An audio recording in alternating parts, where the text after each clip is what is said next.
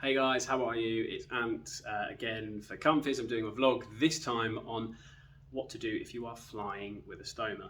Now I simply mean this is getting on an aeroplane. I'm not going to do an instructional video on how to fly because A, I can't do that, and B, I wouldn't really know how. But I'm going to give you my top tips on what to do when you go to the airport, when you get on your aeroplane, and when you get ready to go on to your summer holidays. So sit back, relax, and watch the clouds go by as I talk you through this little video. Okay, so if that wasn't cheesy enough, I'll start by giving you some of my top tips. So the first thing, really simply, is plan your trip properly. This may seem like common sense to a lot of you, but what I really mean by this is there are lots of special services that are actually available to you guys when you are traveling with a stoma. Such as, did you know, if you get on an aeroplane, you are actually eligible for your special assistance, and also you can possibly take additional baggage allowance with you without extra cost. So what you need to do is find out who you're flying with, have a chat with the operator to see if you have a special customer team or special assistance team, as they're sometimes called, and have a conversation with them. They should be quite happy to give you additional baggage allowance, explain that you have a stoma and you need to have your medical supplies with you. The only thing that they will require is they will require medical documentation. So you may need to get this information either from your GP, your healthcare providers, and also your stoma companies can provide you with documentation. I know there are lots of great and useful tips from various companies around there, so give them a shout. But if you do travel with a stoma, you can get that additional extra allowance. For me, have requested it before, and it's been really useful for me because I've then got all my products to hand just in case I need them on the plane. Okay, so my second tip is dress in something that's going to be very, very comfortable. You guys know when you're going to be traveling, it's going to take a long time from getting to the airport. You can be really excited and you sit there for 3 or 4 hours. Some people get there really, really early, or there might be strikes or shortages of staff, whatever it might be. You're going to be waiting around a long time. You're then going to get on a plane, and your plane journey may be 1 hour to 4 hours, depending on where you're traveling, if you're in Europe. If you're not in Europe and you're traveling further overseas, that's going to be 5, 6, 7, 8 hours. You don't really want to be in something that is uncomfortable or is going to affect or restrict your stoma bag, so wear something comfortable. I recommend obviously comfies, bands, boxers, briefs, whatever you want to wear, but also things like leggings or joggers, t-shirt. I tend to wear t-shirt and shorts when I go because I'm normally traveling somewhere which is much warmer than the UK, and when I come back I'm still in shorts and t-shirt because I don't want to give up the fact that I'm on holiday. Obviously I'm traveling with work, it's going to be slightly different, but you're always going to be having to travel for long periods of time, so just make sure you've got something comfortable.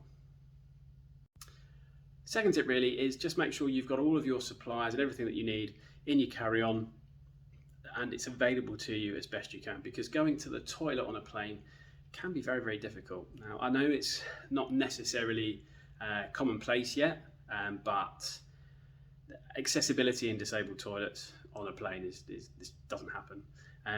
Fortunately, I'm okay, but I still find it incredibly difficult. I know there's going to be other individuals who watch this video or even see this platform that will have much worse experiences than I have, and this is why I really hope that airlines and other tour operators actually do something about this and change it. When I change my bag, I have to go down on both knees because I can't really stand up properly. It's like that as a sardine, and I'm having to do this to try and get the toilet roll. It never really works. And I'm always worried that poop's gonna go somewhere and stuff like that. So make sure you've got everything that you need to your hands so you can go to the toilet, do what needs to be done, and hopefully everything should be okay. Obviously the airline, if you have told them about your stoma and stuff beforehand, they should be more accommodating and be able to help you, or at least be more understanding in that sort of sense. You can also pick your seat if you want an aisle seat.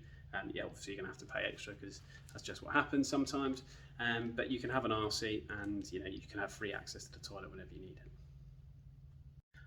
My other tips really, if you're getting on an aeroplane, is just think about what you're eating and drinking. Now I need to caveat this: when you get on a plane, your bag won't suddenly expand with air as if there's a loss of pressure in the cabin. It will not do anything like that, so please don't worry. Okay, it's a complete myth. I don't know whoever came up with that. You're not going to start levitating from your bag like this just because there's loads of air getting into it. That doesn't happen, okay? Just think about what you are going to eat and drink, okay? Because again, you're going to be sat down for a very long time. If you've got high output and things like this, just be mindful of what you're going to have. Now, if I'm traveling, I'll tend to have food and drink or whatever. If I'm going on holiday, I tend to probably drink beer. I'm not gonna lie to you, it's quite naughty, but I did a video on drinking with a stoma last week, so if you want to have a look at that, check that out on one of the links that may be available on the company's website. But just think about it. You don't want to have any sort of issues necessarily when you're traveling, so just be sensible. But it's like traveling if you were going to go get in a car. You're not going to start doing really silly things if you're driving or if you're going anywhere, so treat it exactly the same. You're going to be wearing a seatbelt, you're going to be sat down for a long time, so keep yourself entertained. Don't get a book, download a film or a podcast, or even watch these educational videos. And the last thing really is try and enjoy yourself. Again, I keep ending on stuff like this, but enjoy yourself. You're going on holiday, it should be exciting. You are going to have to wait around a lot.